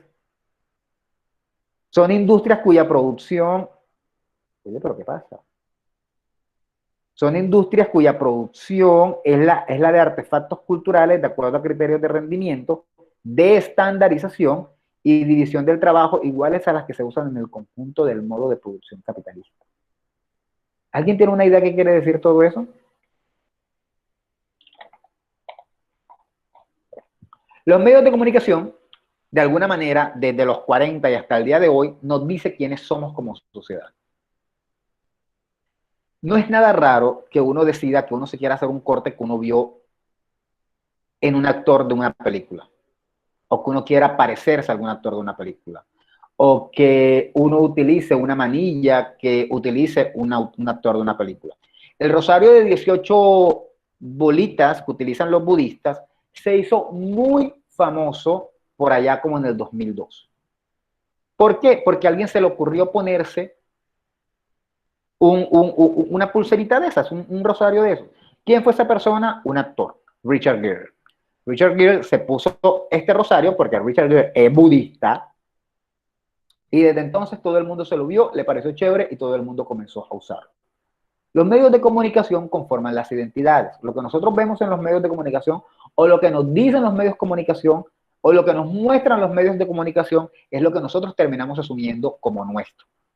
Una persona que me diga en este momento, yo soy fan del reggaetón, no puede negar que es fan del reggaetón por una razón principal, y es, aproximadamente en el año 2004 y 2005, surgen figuras como Daddy Yankee y Don Omar, el reggaetón se toma las radios, se expande y no para. Si eso no hubiese pasado en el 2004, esa persona en el 2020 posiblemente no podría decir, yo soy fan del reggaetón, porque posiblemente el reggaetón no habría triunfado. ¿Sí está claro lo que estoy diciendo? Nuestras actitudes, lo que nosotros somos, lo que nos gusta, es gracias a los medios de comunicación. Es más, no lo había pensado, no lo hice a propósito. Pero, ¿qué tengo puesto yo hoy? Una camiseta de... Con una camiseta de Batman bien Una canchera. camisa alusiva a Batman. ¿Alusiva a Trump? A Batman. Ah, Batman. A Batman. A Batman. Ok. ¿Quién es Batman? Un superhéroe. Cómic que se parece a películas y bla, bla, bla. Yo particularmente considero que soy un fan de Batman. No fan a 100%, pero sí he leído varios cómics y sí he visto todas sus películas. Incluso la muy mala que es con George Clooney, la odio, pero bueno, eso es otra cosa. Y he visto incluso capítulos de la serie de los 60. Si alguien dice, o como pasa con mucha gente, de hecho, esta camisa, yo he tenido varias camisas de Batman, pero esta camisa no la compré yo. Esta camisa, sí, Flashpoint, el Paradox, Sí, es muy buena. Aunque soy fan más de Batman, The Dark Knight Returns, pero sí, es muy buena también el Flashpoint Paradox. Bien, continuando y siguiendo la línea, esta camisa ni siquiera la compré yo. Esta camisa me la regalaron, me la regaló una amiga. ¿Por qué estoy hablando yo de lo que tengo puesto? Simple. ¿Por qué me regaló mi amiga una camiseta de Batman? ¿Por qué creen que me regaló una camiseta de Batman? Pues ella sabe que le gusta. Exacto. ¿Cierto? Ahora, ¿y de dónde saqué yo Batman? ¿De dónde saqué yo ese gusto por Batman? ¿Dónde lo conocí? Por la Pues televisión. gracias a algún medio de comunicación, sea el que Por sea, película, cine, bueno, Exacto. lo mismo, televisión, etcétera, radio. Si soy honesto... Por la industria del entretenimiento. Bueno, esa sería una respuesta como completa, industria del entretenimiento. Si soy honesto, Exacto. debería decir que comencé por películas, luego pasé a cómics y luego fue que comencé a ver la serie clásica. Hay una característica de Alex Ortega y es que a Alex Ortega le gusta Batman y esa característica lo define al grado de que su amiga, y no solamente esa amiga, sino otros amigos le han regalado cosas de Batman, como por ejemplo ese cosito que está allá, que es un cuadrito de Batman que tampoco lo compré yo, sino que también me lo regalaron. Y eso que me define a mí, o ese pequeño gusto mío de lo que soy yo, está logrado o está definido con base en la industria del entretenimiento, que sin duda alguna está ligada, en muchos casos, en la mayoría de los casos, o en todos los casos, a los medios de comunicación. Porque la industria del entretenimiento se sostiene sobre los medios de comunicación. A eso es a lo que voy cuando estoy diciendo, o cuando estamos diciendo, cuando estamos hablando de que los medios de comunicación conforman las identidades de las sociedades. Lo que nos gusta, en parte, está determinado por los medios de comunicación. Mucho de lo que somos está determinado por los medios de comunicación. ¿Sí? ¿Quién no tiene algo que de alguna manera lo sacó de los medios de comunicación? Ese algo puede ser desde una camiseta, como es mi caso, o una libreta, una música, lo que sea. Incluso, a veces los medios de comunicación ayudan a conseguir pareja. Estás hablando con una compañera de tu salón de clase, con un compañero de tu salón de clase, te das cuenta que le gusta lo mismo que a ti, le gusta la misma banda, se ponen a hablar de la banda, están hablando de la banda, de repente se comienzan a compartir canciones, de repente te dice, hey, hay un concierto de un grupo que va a hacer cover de esta banda, van al concierto, se entrompan al final de la noche y al día siguiente son novios. ¿Culpa de quién? Los medios de comunicación, aunque no lo noten. En síntesis, los medios de comunicación definen las relaciones sociales. Hasta No cierto todas, punto. pero sí conforman las identidades. ¿Sí? Definen las identidades sociales. Quiero que lo veas más como identidades sociales que como Como relaciones. propias identidades más que relaciones. Exacto, porque te definen a ti como persona. Ahora, ¿cómo te relacionas tú y cómo esa identidad que tú creaste gracias a los medios te sirve para relacionarte con otra persona? Eso ya es otra cosa. También ayudada por los medios, pero eso ya es otra cosa. Lo importante acá es que definen quién eres. Entonces, los medios de comunicación definen identidades sociales, son industrias cuya producción es de artefactos culturales. Obviamente, personajes como Batman y como Superman hacen parte de la cultura americana y hacen parte de la cultura casi mundial o por lo menos occidental. Tenemos un muy bonito ejemplo. DC es los personajes de DC son más famosos o eran más famosos que los personajes de Marvel. De Marvel solamente éramos muy expertos en el Hombre Araña, más nada. Gracias al universo, al MCU, comenzamos a conocer todos los personajes en los últimos 15 años y todo el mundo en este momento sabe quién es Thor, todo el mundo sabe quién es Iron Man. Es más, conocen a los personajes de Guardianes de la Galaxia, que es un cómic secundario en el universo, ¿no? Es un cómic que realmente no era tan popular, no era de los más populares, y se fueron convirtiendo en populares. Ant-Man lo conocen gracias a los medios de comunicación, y convirtieron en algo cultural. Los cómics, que son bastante gringos, hacen parte de la cultura gringa, se han convertido en un artefacto cultural que ha llegado a diferentes partes del mundo. Los medios de comunicación nos ayudan a generar cultura, y ya no estamos hablando de cultura solamente en términos de la musiquita, de la música indígena, de la cumbia, sino de cosas culturales que nos llegan a través de los medios de comunicación. Pero no solo definen tu identidad, sino que también definen en gran medida la cultura de una sociedad. Y estandarizan. ¿Qué tiene que ver con estandarización? Todos comenzamos a tener un mismo gusto. Todos tienen Instagram, o la mayoría de gente tiene Instagram. Eso es un tipo de estandarización. Ahora, a las personas que les gustan ciertas cosas, te gustan los cómics, entonces todos comienzan a seguir páginas de cómics, van estandarizando. Hay un gusto que gracias a los medios de comunicación, como nos llega a todos, se va imponiendo ese gusto y nos van vendiendo ese gusto, esa cosa que nos está mostrando los medios, ¿no? Mucha gente, por ejemplo, dice, a mí me encanta Betty la Fea, lo dicen en Barranquilla, lo dicen en Cartagena, lo dicen en Bogotá, lo dicen en México, lo dicen en Puerto Rico, lo dicen en los Estados Unidos, lo dicen en un montón de partes, porque la novela llegó a todas partes y se convirtió en una novela icónica para mucha gente. Estandarizó. Si los medios de comunicación no existieran y si cada ciudad tuviera su propio medio y produjera sus propias cosas, no habría manera de decir que en diferentes partes del mundo hay un mismo gusto. Pero los medios de comunicación, como son masivos, logran la estandarización, que tengamos gustos muy similares.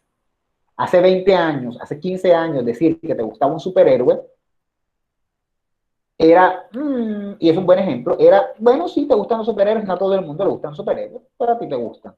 Actualmente, que te gusta un superhéroe es lo más normal porque como gracias al universo de MCU y gracias a las películas de DC, se estandarizó y es normal que todo el mundo tenga un superhéroe favorito o que todo el mundo identifique un superhéroe o que sepa quiénes son los superhéroes.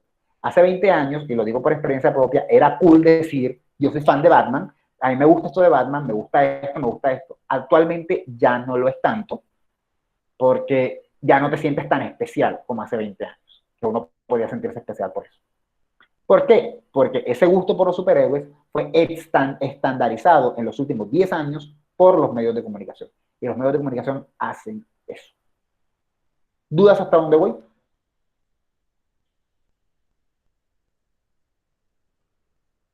No, profe. Más claro que el agua no puede estar. Bueno, los medios son muy influyentes en la fijación de los roles de cada individuo dentro de la sociedad y tienen la capacidad de guiar la percepción de la vida cotidiana del conjunto social, es más o menos de lo que estoy hablando. Los medios nos dicen cuáles son los roles, en parte la aceptación de la comunidad LGBTQ actualmente en los medios, por lo menos en los Estados Unidos, está muy mediada por los medios. En casi todas las series hay un personaje LGBTQ, o L, o B, o GT, o cualquiera de los tipos, pero siempre hay uno o varios, y eso hace que la sociedad vaya de alguna manera aceptando la comunidad y por lo tanto hay un rol que se va fijando. ¿Cuál es tu rol? ¿Cuál debe ser tu rol en la sociedad gracias a los medios, lo que los medios te están enseñando? Bueno, que tengo que comenzar a aceptar. Si tú tienes tal labor, bueno, yo tengo que tener este rol. Nos vamos fijando en lo que va saliendo en los medios para saber qué rol tenemos, ¿sí? Claramente estar lejos, bueno, esto es bien importante. Dicho eso, hasta ahí suena chévere, pero no hay que creer que los medios de comunicación son un servicio público. Sí lo son, pero no es una cosa gratiniana, es una cosa que tiene cierto control. Los medios de comunicación controlan. Y lo que los medios de comunicación aprueban que salga es lo que nosotros aceptamos. Y lo que los medios de comunicación todavía cuestionan es lo que nosotros seguimos cuestionando. No nos engañemos. Trump fue un mal presidente. Pero no me hagan creer que mucha gente no odia a Trump sin saber. ¿Culpa de quién? CNN. De la misma manera en que Colombia, mucha gente ama a Uribe. ¿Culpa de quién? De casi todos los medios de comunicación colombianos. Sí son un servicio público. Sí podemos acceder a Caracol sin pagar. No hay ningún problema. Pero también hay un control. Los medios a veces nos guían de qué ver y qué no ver. Y eso nos sirve para mantener un control y un orden social, político y económico. Hay un programa de televisión que yo amo y he amado toda la vida, se llama El Chavo del Ocho. Uno pensaría... Soy diabólico. ¿What? Bueno, no sé si sea diabólico. Pero uno como colombiano, uno ama El Chavo del Ocho. Bueno, la gente de mi generación, no sé ustedes son más chamacos. Definitivamente son más chamacos. Pero uno va a México, me acuerdo que cuando murió Roberto Gómez Bolaños, yo hablaba bueno, yo estaba en México en ese momento de mi vida. Y yo hablaba con mis compañeros de clase y les decía, no puede ser, se murió. Yo casi lloro. O sea, yo hice un show de que casi lloro. Y hablo yo con mis compañeros y les digo como que, ¿dónde va a ser el sepelio? Y me dicen, van a velarlo en el Estadio Azteca. Y yo digo, tenemos que ir. Y todos me miran así como que, no. Y yo como que, ¿pero cómo? Es Roberto Gómez Bolaños. Es una figura importantísima. O sea, se escandalizó el profe. Exacto, para mí fue una cosa así como, esto es imposible. Esto es como no ir al sepelio de García Márquez. Y ellos me dijeron, no, Roberto Gómez Bolaños, a mí no me parece que sea tan bueno. Primero, Roberto Gómez Bolaños nos vendió en su programa que uno debería vivir como pobre y ser feliz siendo pobre. Y yo me quedé como, ajá, pero eso no está mal, o sí, no sé, me confundí, tengo dudas. Y entonces siguieron hablando. Y me dicen, además, Roberto Gómez Bolaños era fiel a Televisa. Fiel a Televisa. Y tú dices, sí, la televisora de las telenovelas, ¿no? La televisora de las famosas telenovelas que todos vemos en Colombia. Y entonces me dicen, claro, y Televisa apoyaba al PRI. Entonces, ok, explícame. Y el PRI fue el partido político que dominó México durante hace 100 años. Y Roberto era súper priista. Roberto era un servidor del priismo, y el priismo de alguna manera mantuvo a México bajo control y dominio, y no permitió que ningún otro presidente, ninguna persona de otro partido político pudiera asumir la presidencia. Y Televisa, como televisora, se encargaba de vender la mejor imagen del PRI para que el mexicano promedio votara por el PRI. Y Roberto Gómez Bolaños nos vendía la idea de que el Chavo era un programa donde la gente pobre se puede divertir hasta con un moco, con el fin de lograr que el pueblo se mantuviera sometido. El pueblo no va a luchar por dejar de ser pobre, porque simplemente se puede ser feliz o se puede vivir bien siendo pobre. No hay por qué luchar. Y cuando tus compañeros de clase te dicen todo eso, tú te quedas como que, maldita sea, mataron mi niñez. Obviamente. ¿Sí? No sé si están comprendiendo lo que voy. Fíjense cómo un simple programa de televisión que nos puede gustar y que podemos creer que simplemente para divertirnos puede tener otras connotaciones de control político. Y cómo esa cadena como Televisa tiene cierto control político y tuvo cierto control político y de alguna manera ayudó a imponer presidentes en México, y de alguna manera Roberto Gómez Bolaños también ayudó a eso.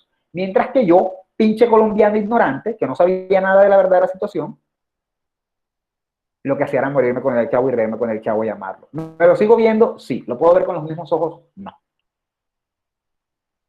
De eso es de lo que hablamos cuando hablamos de que los medios ayudan a establecer un control público, a afianzar y a controlar el orden, ¿sí? Ayudan a mantener al pobre sintiéndose feliz siendo pobre. Y esa es una de las cosas que los medios, que la Escuela de Frankfurt de alguna manera llama a los medios y les pide que dejen de hacer eso.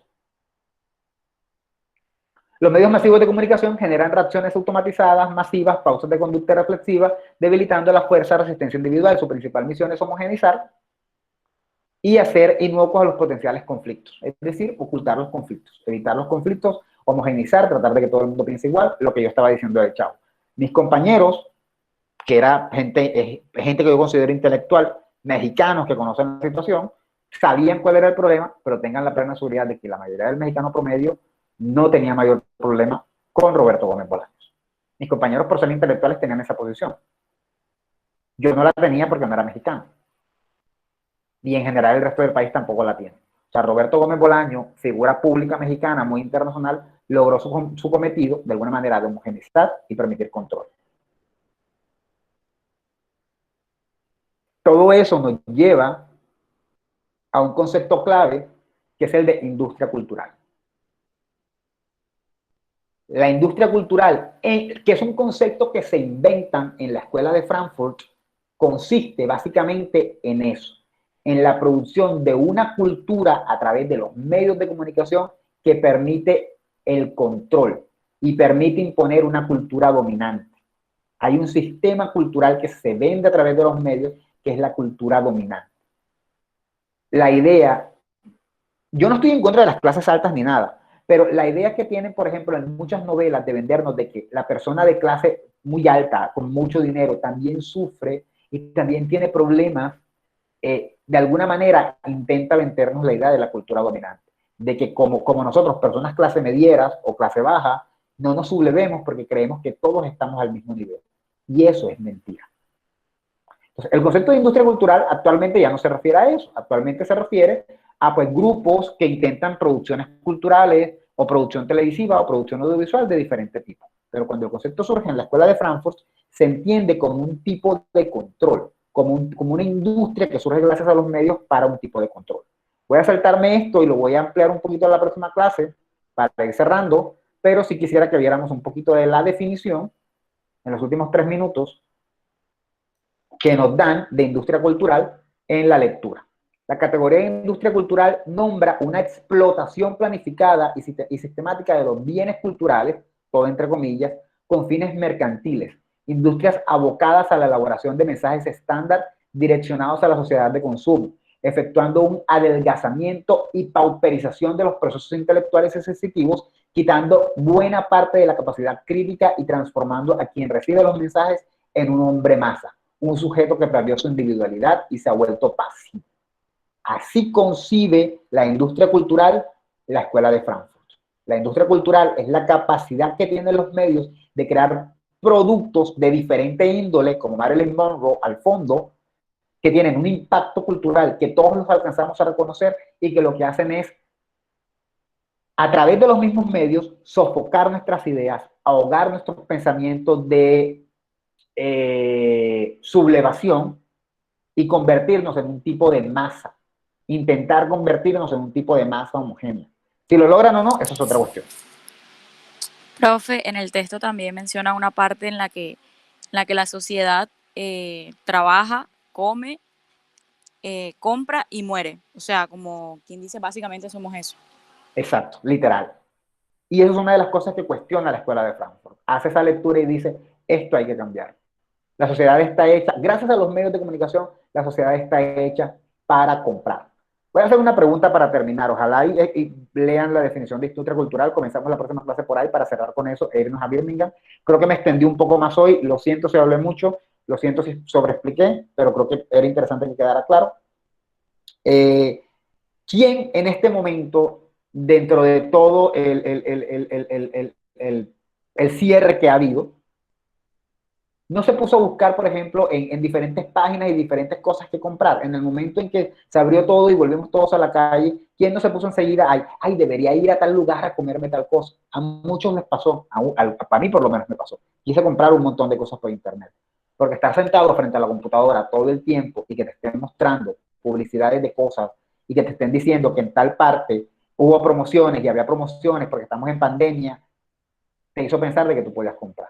¿Quién no sintió que cuando hicieron el rebajo de ese porcentaje manipulado que hizo el gobierno de los impuestos, no dijo como que, voy a entrar al costo, voy a entrar a la página del costo a ver qué hay barato? Así no lo voy a comprar, pero voy a entrar a curiosear. A mucha gente le pasó. De pronto ustedes como chamacos, que son la mayoría, no le prestan mucha atención a eso, pero a la gente ya como yo, ya de cierta edad, que ya comienza a pensar en que se quiere comprar cosas para su casa y cosas así, sí nos pasó. Y eso es culpa de los mismos medios que nos vendieron y nos metieron la idea de que esos días iban a llegar y que iban a ser baratos. Cuando iban a ser virtuales, mucho mejor porque no tienes que salir a contagiar. Y como uno está encerrado en la pandemia, pues chévere, porque ya que no sales, por lo menos ten la alegría de recibir algo chévere en tu casa. Con eso cierro. ¿Sí? Voy a mirar que estaban escribiendo en el chat. Y antes de irme, dice, los ahorros se me dieron en Mercado Libre y Rappi. Exacto. Yo hasta me compré cosas innecesarias. Exacto. Así es. Dime, Jesús. No necesariamente va con la intención. ¿Se me escucha bien? Sí. Pues como usted estaba diciendo, uno no necesariamente va con la intención de comprarse algo. Pero eso me recordó a cuando pues ponen los estantes de dulces cerca de la caja. Cuando claro. pues uno ve los dulces que están baratos, el tiempo en la fila de espera y qué aburrición y se me antoja algo dulce. Uno antes de entrar a esa fila no tenía ni por asomo ganas de comer algo. Pues algún snack, cualquier cosa. Y pues ya eso es más como que la influencia que crea, pues que incita al consumismo. ¿Me explico? Sí, claro. Y de hecho, esa caja de dulces ahí cerca de la caja tiene esa intención, eso no está puesto ahí de forma azarosa. Sí, claro, eso es un buen ejemplo. Bueno, señores, con eso más o menos estaremos terminando. Ya saben que tenemos que hacer el parcial, y el parcial habíamos dicho que iba a ser como una especie de noticiero en grupos de 5, si no estoy mal, como una actividad así un poco lúdica, explicando algunos de los temas que hemos estado viendo. Y pues nada, yo tenía entendido que estábamos un poco de acuerdo, entonces sí les agradecería que armaran sus grupos. Creo que yo lo había dicho, yo pensaría que yo lo había dicho, y me los hagan saber. Tendrías que buscar un grupo, Julio, porque pues sí va a estar difícil que lo puedas hacer tú solo todo, ¿no? La idea es que sea como una especie de show de noticias, algo así. Está montado en la clase de la semana pasada. Sí, no confirmé, María Fernanda, estoy confirmándolo ahora. Tenía la duda, ¿no? Pensé que lo había dicho, ya dije, creo que sí dije que grupos de 5, pero la idea es esa, la idea es, vamos a terminar el parcial, para cerrar el parcial, para hacer algo muy sencillo. Bueno, ni tan sencillo, pero sí por lo menos que sea divertido, como hacer un programa de televisión utilizando, y que las temáticas del programa de televisión sean algunos, si no todos, los temas de clase que hemos visto, ¿sí? Puede ser, por ejemplo, una novela donde un personaje sea la aguja hipodérmica y el otro sea otro y se peleen o algo así, o un noticiero donde cada uno reporta las noticias, o un programa X donde tal cosa. Esa es más o menos la idea, ¿sí? Díganme los grupos y luego podemos comentarlo mejor la próxima semana. Ay, profe, no le escuchaba. No le escuchaba, ya tenía problemas con el audio. ¿Puede repetir esa parte? Mire la grabación. Disculpe, de verdad. Profe, ¿usted puede subir la clase pasada? Sí, claro. ¿Quiere Nada. subir esta y yo la veo? Bueno, vale, al final. Para que no repita. Bueno, listo. Tengo un poco la garganta un poco cansado, siento que ya hablo un montón. Con eso terminamos. La próxima clase sí entramos a Birmingham, yo sé que ya comenzaron a leer, entonces la próxima clase sí ya nos olvidamos de Frankfurt y entramos a Birmingham. Nos vemos, señores. Bye. Cualquier duda pueden preguntarme ahora. También monte esta clase, por favor.